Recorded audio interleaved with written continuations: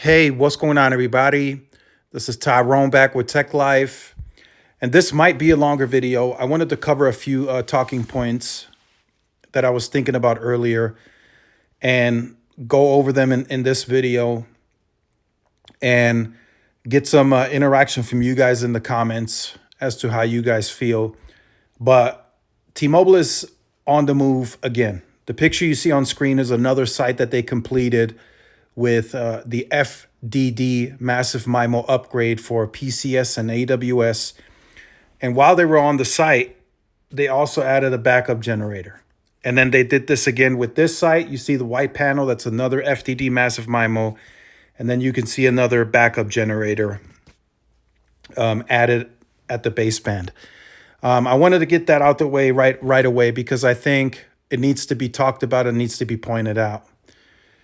So for one, we're watching T-Mobile evolve right in front of our eyes. If you want to call this proper networking, that's fine. T-Mobile they just weren't doing this before, right? They were not adding backup generators consistently to sites. They weren't installing and adding technology at the rate that they are now. They just weren't, right? During LTE, yes, they were building densification for the midband portion because they only owned midband for most of LTE. They owned midband only, so they had to build some densification so voice over LTE could work. They could have some indoor penetration on the midband, et cetera, right? But they weren't really moving technology forward. They were behind on LTE. They didn't add backup generators, so the reliability or proper networking, it just wasn't a thing for T-Mobile. They were cost cutting, but they understood it, right? They had engineers, they understood they needed all this to do the proper networking, but they just could never get it approved, and they just could never spend the amount of money necessary to make this happen. But that has changed, or it is changing, I should say. We are seeing T-Mobile evolve. So yes, by me, they are adding generators, and I know they're doing it at scale. More is needed. I will acknowledge that. More is needed. I don't want to call it a problem, but we have come to expect this from Verizon and AT&T. Verizon and AT&T have been adding backup generators at sites. They have been adding the newer technology necessary to move innovation forward. And that's not to say that T-Mobile didn't do LTE Advanced. Yes, they did LTE Advanced. They did 256 QAM, 4x4 MIMO. T-Mobile did all that. But there was always a missing piece. Now, that's starting to change. And it's going to become a headache for Verizon and AT&T. And I have heard this from Verizon and from AT&T engineers. They are starting to take notice of this as well. They are seeing, okay, T-Mobile is starting to take this a bit more serious. Right before, T-Mobile's network was one strong windstorm away from going down. And I've experienced it 2016, 2017. We have our windy season, and not having backup generators at sites, it held them back from providing the proper reliability. But now, all the sites, they're installing backup generators very quickly. They're doing it very quickly, and it's actually happening. Like, it's not something that's still on the permit logs. No, it's actually being deployed on the commercial network. So with this proper networking now in place, it's going to be a headache for Verizon and AT&T. It's going to be a real headache from a competition standpoint. Right? Through all that opening segment that I discussed, I did not once mention that T-Mobile's the best. Right? They use Ookla, they use OpenSignal, that's fine. For me, in my book, they have to conquer root metrics for me to say they're the best network. I need them to be the best on root metrics. If they continue to get better on root metrics, so be it. They had 49 number one ties most all time for T-Mobile. So that's why I can say they're going to be a headache for Verizon and AT&T. They're going to be very competitive. They're going to be aggressive. They're going to take share. They're growing in scale, both network and they're growing on scale in terms of share taking. They are going to take share in the enterprise space. They're also a headache for cable now too. Cable is taking notice. They're taking cables they're taking cable's home broadband customers with FWA. And they're doing that very effectively.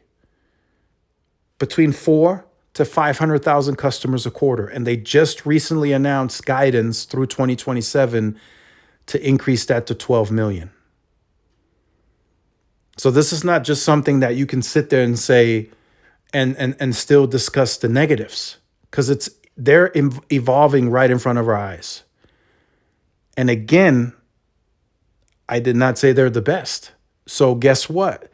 There is still room for improvement. This is not a saturated segment for T-Mobile. They still have tons of runway for improvement. They can add more coverage in areas where they don't have it. They can still add more backup generators to become even more reliable. So that room for improvement they still have. Like I said, we've come to expect this from Verizon and AT&T. So it's nothing new from them. This is T-Mobile evolving right in front of our eyes. Adding FDD massive MIMO, that gives them another edge and advantage on 5G. They're already ahead. They had a 2-year head start. They added N41 very quickly. They already had N71 low band on sites. And they're not even stopping there. They're moving towards 5G advanced now. They're adding additional massive MIMO onto AWS PCS, which they're going to fully transition to 5G soon. They're going to get better, and they're staying ahead of the curve. They're going to start innovating very aggressively with some of the very large enterprises, because they're going to be able to offer a fleet of innovation and new technology that the others won't be able to provide yet, like TPriority. I've seen plenty of comments recently saying, well, doesn't AT&T offer the same thing? No. AT&T can offer a band priority for first responders. A band, one band. And it's a low band channel. It's 10 by 10. So yes, in theory, it's the same thing, right? It's offering priority, but T-Mobile is able to offer that priority on each and every spectrum band that they have commercially deployed. So that's 71, N66, N25, N41. They will be able to offer priority on each individual band to give the first responder agency performance unlike they've ever seen before. So if there's a use case that the agency has and wants to make use of it, right now, T-Mobile is the best network to do that on. Verizon and AT&T will gradually catch up, right? We've seen recently Verizon starting to deploy SA in the millimeter wave and the C-band. We're starting to see that. We're starting to see voice over NR deployments, and we'll see more of that next year. But Verizon's not ready to go to scale with that. They're not ready today to really effectively bring that to businesses and new use cases. Verizon is using it as a use case, like private networking. They say, hey, we can deploy this, yes. But they're not ready to go to scale with that. They will eventually be, right? 2026, as we go through those years, yes, they will have more spectrum bands transition to NR, right? They're going to need some low band support there. They can't just do N77 and N260. They're going to need some low band support to really expand the SA offering. But they will get there. They will do that. But for now, T-Mobile is going to take this opportunity, and they're going to take it very serious. Right? At each turn, T-Mobile is going to try to stay ahead of the competition. Be that 5G advanced, FDD massive MIMO. I guarantee you, Verizon and AT&T that's not on the planning horizon yet. They have the capability to deploy that, of course, but they're not I promise you, they're not thinking about FDD massive MIMO right now. They're thinking about getting the first phase of C-band deployed on all sites or on all planned sites. They're thinking about upgrading radios to bringing NR to a bigger scale on low band. They're thinking about that.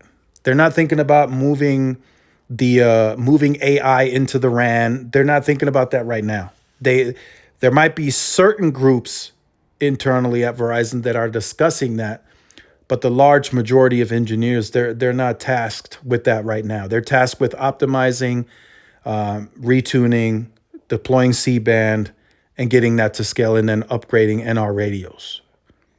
T-Mobile is already much further ahead, as they should be. They had a 2-year head start. So T-Mobile is planning 5G Advanced later this year. Next year, more functionalities will be added to 5G Advanced. They will be next year, 2026, 2027, they will start working AI into the RAN. Now that's why I made the video, taking a risk, but it seems to be that that's the future going into 6G. And I watched several other videos as to why it needs to be, right? The cloud and the AI are going to work hand in hand. And it's a big deal because from the videos that I've watched, the new use cases, the new demand, right? If you're talking about Apple Intelligence, Gemini for Google or the Google Pixel, that's real time. That's happening in real time. And in order for the networks to be able to handle that as that usage grows, you're going to have to move the traditional RAN or the traditional computing just can no longer handle that, right? Sending text back and forth, that's fine, right? You can do that, no problem. Making a phone call, receiving a phone call, right? Data sessions, that still works. But now, as you're talking about Apple Intelligence, Gemini, as those use cases further develop and get more complex and more difficult, if you will, right? The network has to do that in real time. So that's when the low latency kicks in, but also you have to advance and modernize the core, or the RAN as they call it. So once you move that into AI, and Verizon and AT&T will do this as well, they will follow this, they will have to. It seems to be, right, listening to NVIDIA and listening to T-Mobile and other videos, that seems to be the future of architecting networks and moving into 6G. AI will go into the RAN. So I fully expect T-Mobile to also be first to 6G, right? Part of that is AI RAN, and then there will be several other technologies that will be developed and will be deployed on the network that T-Mobile will very likely be first to. So it's a very interesting time at T-Mobile. They're going to attack this, right? They're going to attack this head on. They're going to start speaking. They're going to be at the table with the CIOs, right? Before it was just Verizon and AT&T. Now you're going to have T-Mobile sitting at the same table where Verizon and AT&T sit, and that's where the whole them being a headache comes into play. They're not gonna go without a fight. They're gonna try to go for each and every contract. They're gonna try to bid on these government contracts jointly with Lumen if wireline is needed. If T-Mobile feels they can handle that with FWA, they will transition them to FWA. Whatever they need to do, they want to do business, and they want to do it successfully, right? Now, in all of this talk, right, I did not mention that T-Mobile had the best overall network, because it's just not the case today. And even, right, I will throw this in there as well, even if they conquer root metrics at some point in the future, if they don't have backup generators at 90% of sites, if they don't have additional redundancy measures put into place, right? And it could be something as simple as, in an area where there's a lot of flooding, you put the site on stilts, right? If you that is part of redundancy. If they do more of that, or if they don't do more of that, then I still would say, okay, I would still be reluctant to call them the best network. Even if they have all third parties on board, Ookla, OpenSignal, root metrics, right? Even if they have all of them on board, I would still be reluctant to call them the best network if they haven't transitioned to fully building out all the redundancy necessary, right? Like putting sites on stilts, adding backup generators to they have to get to 90% of all sites with backup generators. And the reason I can say that is because Verizon is there. They recently announced it. It was a video, back office video. They were, reporting on the hurricanes, and they said we have 90% of our sites on backup gens, permanent backup generators, not portable ones.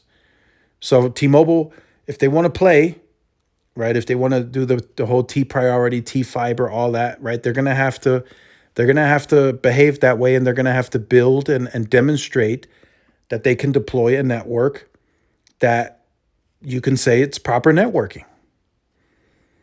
Right. And there's still going to be some sites out there that are going to look flimsy, that haven't been upgraded. Right. And then, you could put blame on the third party that's deploying the stuff, but you can also put blame on T-Mobile for not having a better quality check. Right. So there's blame to go around everywhere. But there's a lot of positives to what T-Mobile is doing. So at the end of this, for those of you who stuck around, I'll share a speed test from the sites.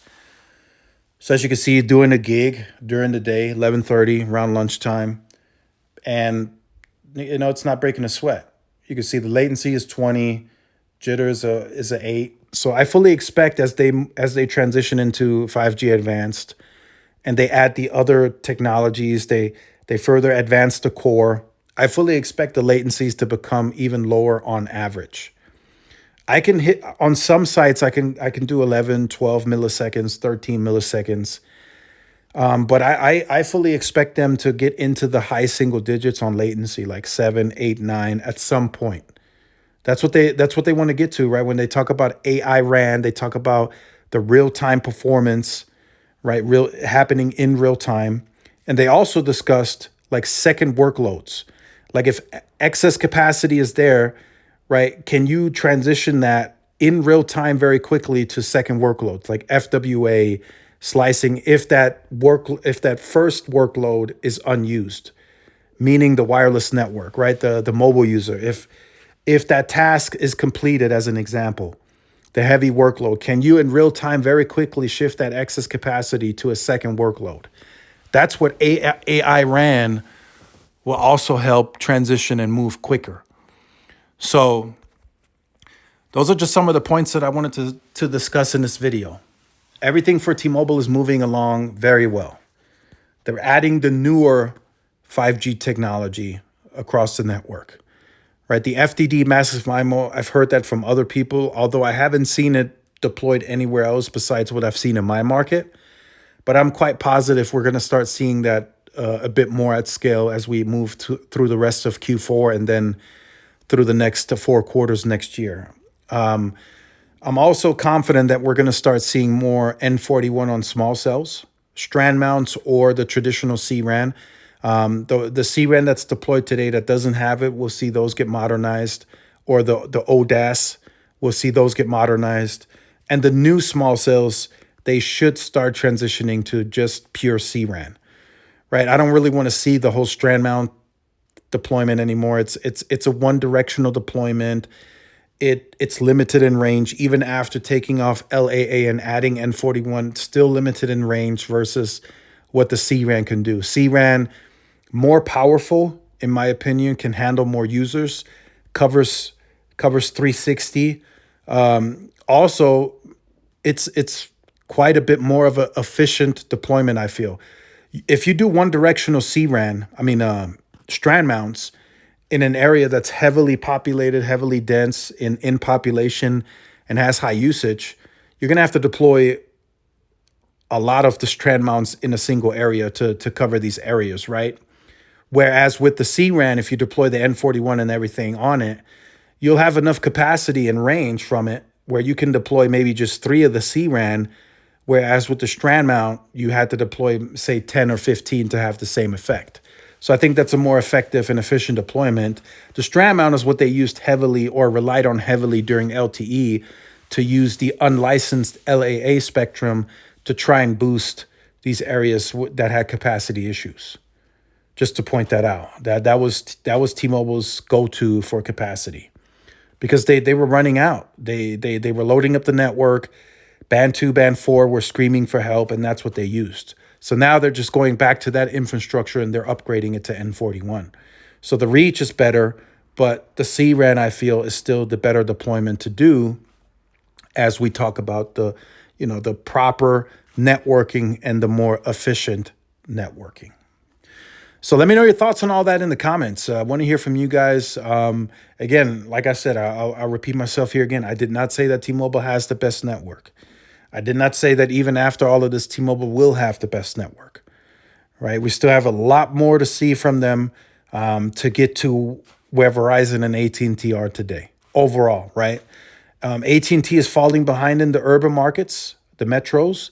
RootMetrics is pointing that out. We're seeing that happening in the first half, and then we'll see what we get in the second half of 2024. I fully anticipate T-Mobile to improve, but they have a ways to go, right? Verizon has been investing billions more over the years, right? During LTE, when T-Mobile was at 5-6 billion, right, or 4 to 6, Verizon was already spending 16-17 billion every single year. Yes, a good portion of that was for Fios, but they still spend 11, 12, 13 billion on wireless. So you can see, I mean, it's just drastically of a higher spend. So for T-Mobile to get to those levels where Verizon is today, they're going to need a lot more work. They're going to need a lot more investing, years of investing, right? Even if you increase 30 billion, right, there's only so much you can do within a single year. So T-Mobile will have to just gradually improve each and every year. They just need time. They had the 5G head start because they got the early lead and they were able to deploy sooner. But now they have to gradually deploy each and every year, backup generators, stilts on sites where needed, and just other redundancy that brings up the quality of the network. And that's just going to take time. So let me know your thoughts in the comments. Like, share, subscribe if you're new. Follow my social media outlets. This is Tyrone with Tech Life. See y'all in the next one. Peace.